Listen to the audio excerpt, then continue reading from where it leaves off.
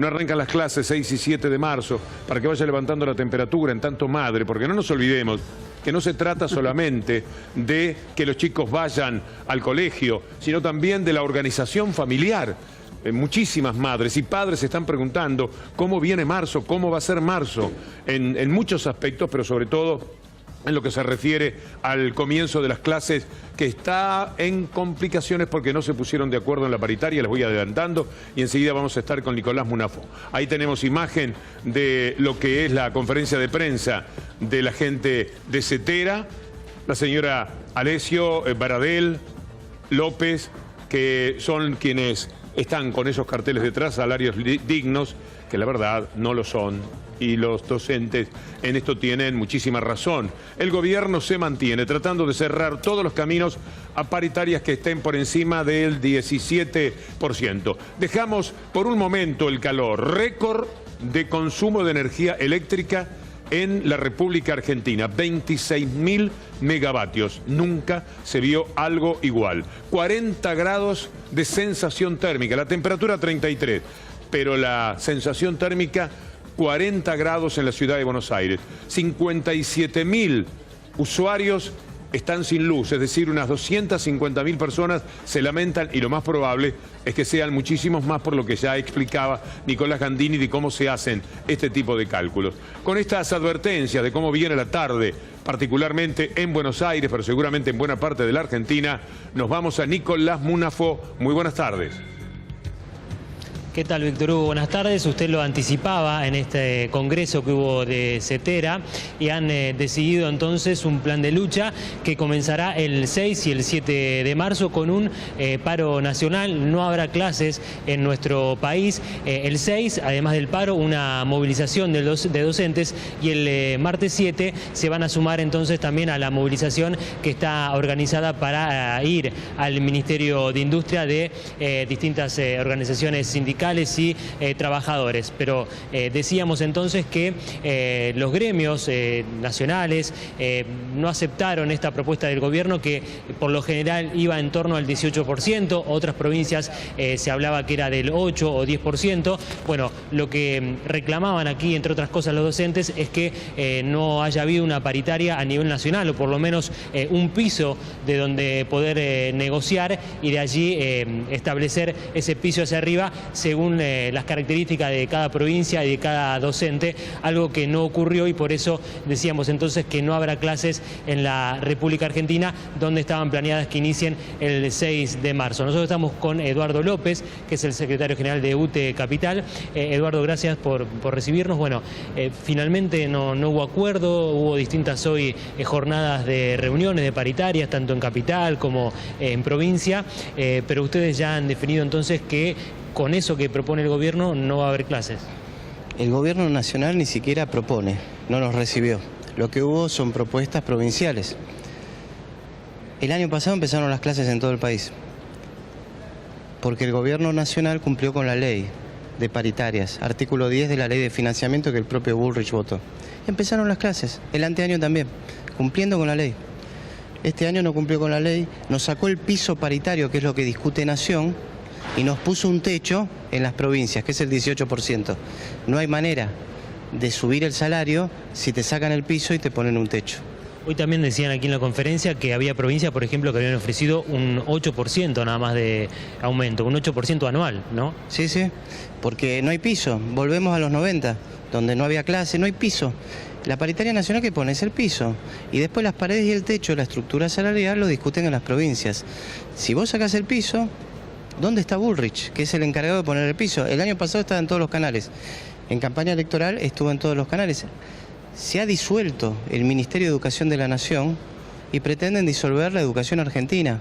Y que cada provincia se arregle. Como yo ya lo viví en los 90, me propongo movilizar para evitarlo. ¿Usted cree que puede llegar a haber algún cambio después de lo que ustedes hoy mencionaron desde el gobierno nacional, que lo llamen entonces para poder dialogar y ver si hay algún tipo de acuerdo, o cree que a esta instancia ya no va a haber una vuelta atrás por parte del gobierno, ¿no? Mirá, siempre queremos dialogar, lo demostramos el año pasado. No pedimos mucho, pedimos lo siguiente, que cumplan con la ley, que dialoguen, y el monto que pedimos, 35% de aumento, en todo el país. Vos agarrás el costo fiscal que está en el listado oficial de las provincias, ¿cuánto le pagan a los maestros? A eso le subís el 35%. ¿Me explico? Lo hicimos, lo hizo el CEPA. 35% más del salario docente que figura en la web. ¿Sabés cuánto da eso? 50.000 millones de pesos. Con 50.000 millones de pesos pagás 35% de aumento a todos los docentes de Ushuaia a La Quiaca. ¿Te acordás cuánto era lo del correo? 70.000 millones de pesos. Estamos pidiendo menos que lo del correo para que haya clases en todo el país y un aumento medianamente digno. Y sobran 20.000 millones. ¿Sabés con esos 20.000 millones qué habría que hacer? ¿Qué faltan? ¿Y lo estamos pidiendo? Las netbooks que no las entregaron de Conectar Igualdad. Los libros. No entregaron los libros. Los programas socioeducativos. La construcción de escuelas. Lo que nos niegan da justo 70.000 millones de pesos. Página oficial, el CEPA también lo publicó, numérico, no estoy inventando nada. No pedimos mucho. Era lo que le iba a dar a una de sus empresitas familiares. Entonces, no dialoga, no nos convoca y no escucha lo que estamos pidiendo, que es menos de lo que iba a dar para una de sus 1000 empresas. La semana pasada Eduardo se habló de que quizás le iban a descontar a los docentes los días de clase o de no trabajo si se concretaba finalmente el paro, algo que ustedes hoy anunciaron, y que habría un aval de la justicia en cuanto a que estarían bien descontados esos días si no van los docentes a trabajar. ¿Esto les preocupa a ustedes? ¿Temen que les descuenten el sueldo? Obviamente me imagino que un paro es algo legal y no tendría que ser así. Sí, bueno, nos solidarizamos también con los jueces de la Cámara de Trabajo, que el gobierno los mandó a juicio político por fallar justicia. Entonces es posible que la justicia falle esto, ¿no? Cuando una de las partes no dialoga, no van a tener una foto de nosotros con Bullrich. ¿Hay una foto? ¿Vos la ves? Pues yo escucho diciendo, bueno, no llegaron a buen puerto, no nos recibió nunca. Entonces cuando una de las partes no quiere dialogar, no es ilegal el paro, es una necesidad de la contraparte. De todos modos, en la Ciudad de Buenos Aires, como tienen este mecanismo, nosotros seguimos reclamando que no nos descuenten, pero no nos para un ápice. Eso no nos modifica la necesidad de pelear por una educación para todos. Los que vivimos los 90, donde el centro de la escuela era el comedor escolar, no queremos volver a vivirlo, no queremos dar de comer. El centro de la escuela es el conocimiento. Por supuesto, si vienen con hambre damos de comer, pero no olvidamos cuál es el centro de la escuela. De manera tal que nos pueden descontar, nos pueden perseguir, nos pueden amenazar. Tenemos los teléfonos intervenidos, nosotros hay una denuncia penal hecha por Eve de Bonafini, quien te habla lo tiene, o sea, en una parte nos escuchan, pero no nos escuchan oficialmente, quiero decir. De manera tal que no, mirá, estamos reclamando por vacantes, hicimos un paro cuando quisieron poner soja en las escuelas en vez de pollo y carne, y nos descontaron los días, ahora los chicos comen pollo y carne. Digamos, nuestra decisión de que haya clases, de que haya buena educación, va mucho más allá de un descuento de día de paro. Por ese camino van mal. Que prueben por el del diálogo, como el año pasado, que empezaron las clases en todo el país, pero no quieren dialogar y no quieren ofertar el dinero en todo el país que es inferior a lo que iban a arreglar entre gallos y medianoche en junio del año pasado. ¿Te parece que pedimos mucho? ¿Diálogo y un 35% de aumento? Víctor Hugo lo está escuchando, Eduardo López. Eduardo, me preocupa muchísimo que estas cosas postergan, por ejemplo, la desesperación de miles de madres que no tienen lugar para 11.000 chicos en la ciudad de Buenos Aires. Perfecto eso. Hay, el año pasado, 11.000 chicos sin vacantes. Que nosotros cuando empezamos las clases, digamos, el día que empiezan las clases, siempre pensamos en los que no están. Ayer hubo un campamento de padres en las puertas del gobierno de la Ciudad de Buenos Aires que fue reflejado por ustedes y varios medios más. Lo único que quieren los padres es una vacante para sus hijos. No la tienen porque el gobierno de la ciudad, que gobierna hace 9 años en la Ciudad de Buenos Aires, no lo van a ver en otros puntos del país esto. ¿Por qué pasa en Capital? Porque hace 10 años el 30% del presupuesto educativo iba para educación, de la torta presupuestaria en la ciudad, el 30%. ¿Ahora cuánto va? El 18%. Entonces, si achicás el presupuesto educativo del 30 al 18, hay gente que sobra. Esa gente son los 11.700 chicos del año pasado. Y este año, ¿cuántos van a quedar rasguñando las puertas de las escuelas? Todavía ni siquiera lo sabemos, porque no tienen vacante los padres, apelaron y la respuesta es el viernes anterior, el viernes 3. Entonces, van a ser otra vez miles, porque no invierten en presupuesto educativo, porque no cumplen con el artículo 24 de la Constitución de la ciudad, que dice clarito, aquellas familias que tienen un hijo de 3 años, que me están viendo, que eligieron la escuela pública en la ciudad, o de 2 años, no tienen la obligación de mandarlo a la escuela a los 2 años, pero sí tiene la obligación el gobierno de la ciudad de darle vacante en el caso que las familias hayan elegido mandarlo a la escuela pública. Esto tal cual es artículo 24 de la Constitución de la Ciudad de Buenos Aires. Yo defiendo a las familias que eligen la escuela privada, me movilizaría en defensa de ese derecho, que es una decisión de la mesa familiar. Lo que exigimos, y también vamos a exigir en estas medidas de fuerza, es que el gobierno respete la decisión de las familias que eligen la educación estatal y le dé una vacante porque se anotaron en tiempo y forma y porque el artículo 24 de la Constitución así lo indica. Eduardo, usted hace mención al correo y los 70.000 millones. Ese es un acto de profunda corrupción, pero es más interesante todavía, si usted me permite, hablar de los criterios con los que se arma la economía de un país. 80.000 millones de pesos es lo que no se van a pagar de retenciones en el año 2017. Fíjese que esa cifra casi está doblando lo que se necesita para que los docentes estén tranquilos y tengan un sueldo decoroso, digno. Tal cual, con datos superoficiales, que aparte el tema de las retenciones genera otro costo en la paritaria, el aumento del PAN. El aumento del PAN está directamente relacionado a la quita de las retenciones porque es mejor vender el trigo y el pan al exterior, el trigo, la parte que se hace, porque se cobra en dólares o en euros y no al mercado interno, sube el pan. El pan 50 pesos, Víctor Hugo, 50 pesos. ¿Sabe cuánto ofertó la gobernadora de la provincia de Buenos Aires ahora a los trabajadores de la provincia de Buenos Aires? 250 pesos de aumento por trimestre. Estamos hablando que les ofertó 5 kilos de pan. Los maestros tenemos que comprar libros, debemos comprar libros, leer libros para nuestros hijos y para nosotros porque somos maestros. El aumento es inferior al costo de un libro. El gobierno debería reflexionar porque los fondos que destina a otras cosas son pero infinitamente superior y solucionan algo fácil. No es que el tema de los maestros todos los años, siempre igual, nunca tiene arreglo. No, el año pasado empezaron las clases, y el anteaño también. Eduardo, tiene arreglo. ¿qué va a pasar? Es un arreglo muy poco, pero hay que priorizar la educación. Con los docentes privados, ¿qué va a ocurrir? Me estaban diciendo que los docentes afiliados a la CETERA van a parar y posiblemente la organización que nuclea específicamente a los docentes privados se sume a la medida de fuerza que se llama SADOP, pero no quiero hablar por esos compañeros, pero en general son personas que acompañan, están en la CGT, SADOP y muy posiblemente acompañen esta medida porque les pasa exactamente lo mismo en el salario y en las condiciones laborales. Quizás ellos aparte tienen otras presiones patronales fuertes, pero bueno, los acompañamos a ellos, como vamos a acompañar el martes que viene, en el paro que hacemos, que el gobierno nos quiere descontar, vamos a utilizarlo también para acompañar a los padres de nuestros alumnos a la marcha del Ministerio de Industria, porque nosotros, mira, soñamos con empezar las clases. Hicimos una marcha el 3 de enero. Yo estuve ahí en esa marcha y todo enero fuimos al Pisurno para que nos convoquen. Pues sabemos que muchos chicos van a volver a la escuela con sus padres desocupados, con más hambre y sin posibilidad de comprar el pan que compraban antes. Ahora, no vamos a producir y reproducir pobreza. Tenemos que llamar la atención en este tema y tenemos que educar. Es increíble lo que está pasando. No hay ministro de Educación Nacional.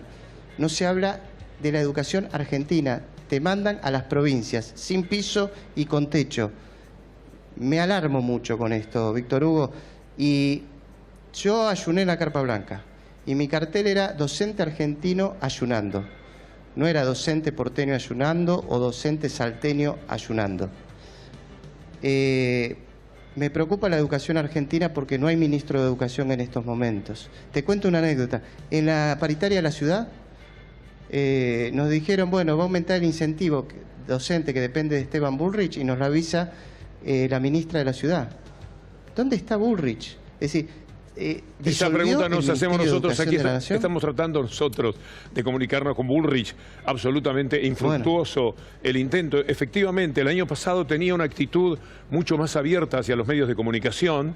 Sentiría que le iba mejor que en este momento, no tendrá cosas para explicar, pero lo cierto es que no aparece ni por los canales que sostienen al gobierno, mucho menos quizás aparecerá en otro tipo de canales, pero no está Bullrich en un momento tan pero tan importante como sería este para que aparezca. La pregunta, Eduardo, a continuación es, ¿qué va a ocurrir? ¿Llegará marzo, 6, 7 de marzo?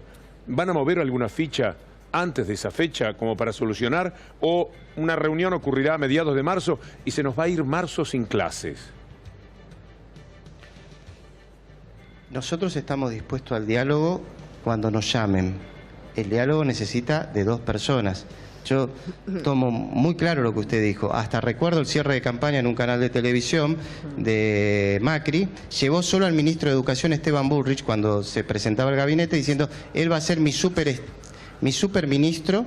Y ahí el ministro de Educación dio su celular, diciendo, cualquier maestro que me llame, bueno, lo voy a atender. Lo estamos llamando al ministro y no atiende. No, nosotros la educación la vamos a seguir defendiendo. El Ministerio de Educación como estructura también. La educación argentina también. Y la paritaria nacional también. De eso tenga la plena seguridad. Y no vamos a reproducir y producir pobreza. Por supuesto que ya explotan los cupos de comedores escolares, pero queremos más inversión educativa, entendemos que el reclamo es justo. Me hace acordar mucho al paro cuando querían poner soja y sacar la carne y el pollo, porque tiene mucho que ver con la educación para todos. En la paritaria del año pasado no solo discutimos el salario, discutimos las netbooks, discutimos los libros, discutimos la capacitación docente para formarnos, porque quien se atreve a enseñar tiene que estar dispuesto a aprender.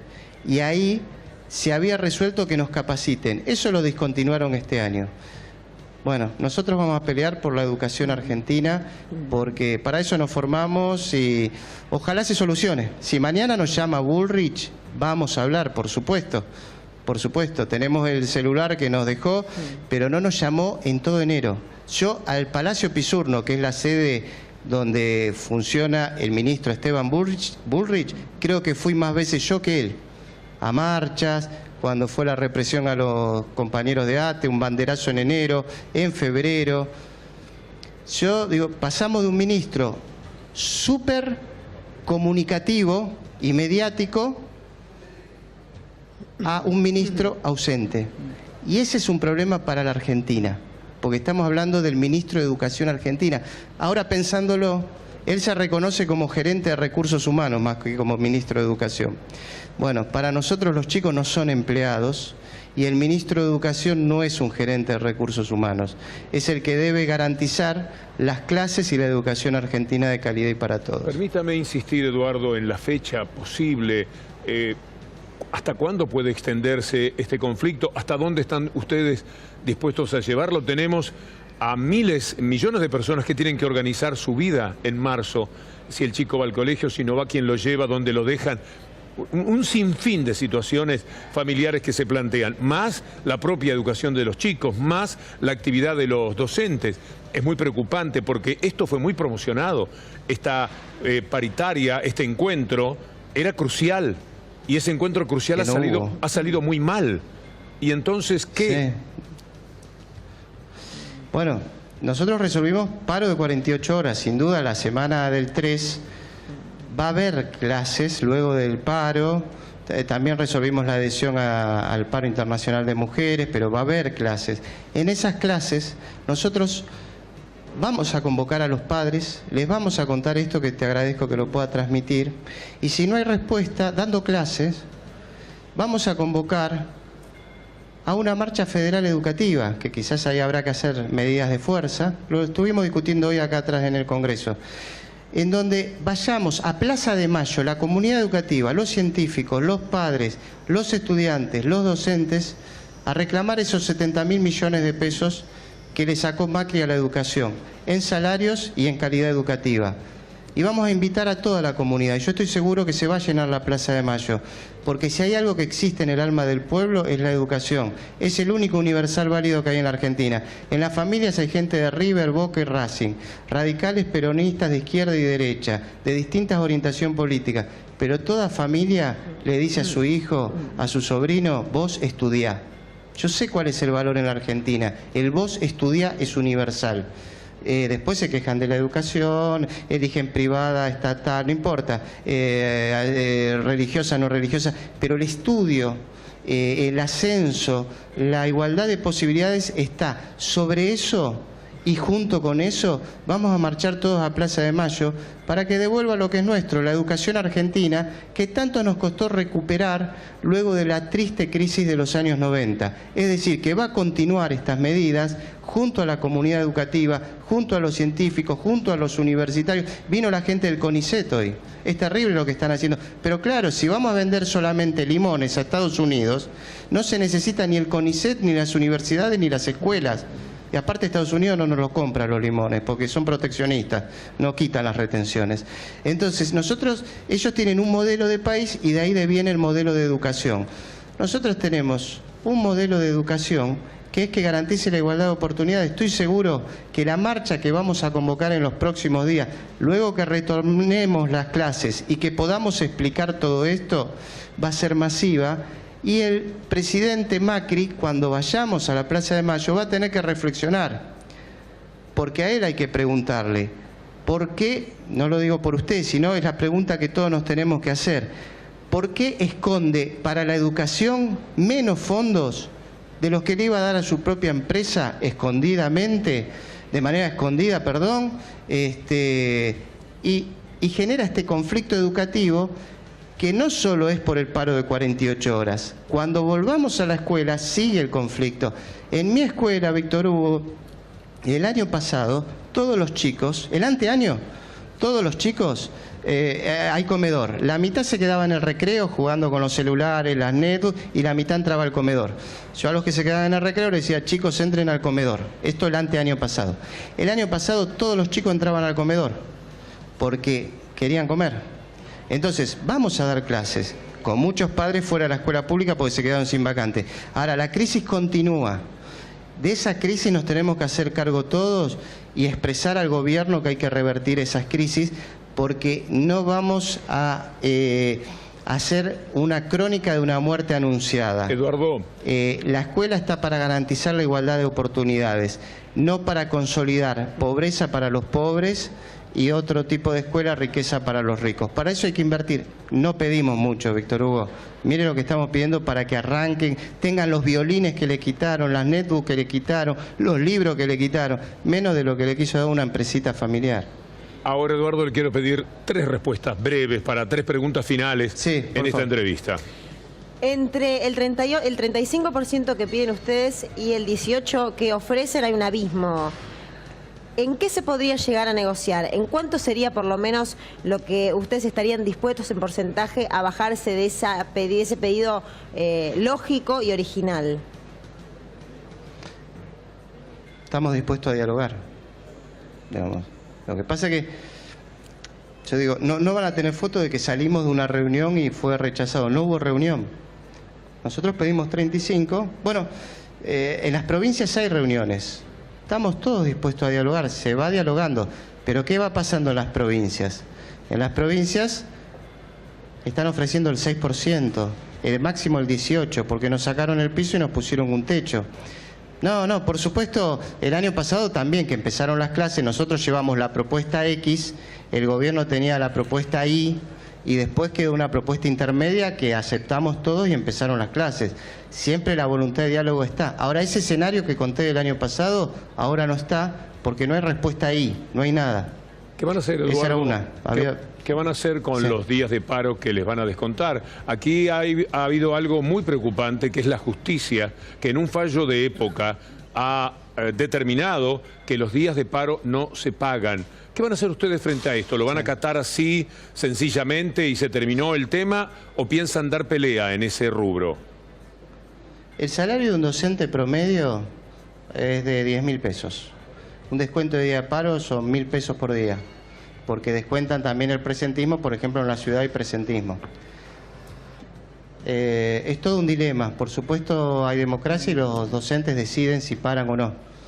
Muchos me han dicho, yo dejo el almuerzo familiar rico, pero siento la dignidad de pelear contra un modelo que empobrece a los docentes, a la educación y a nuestros alumnos.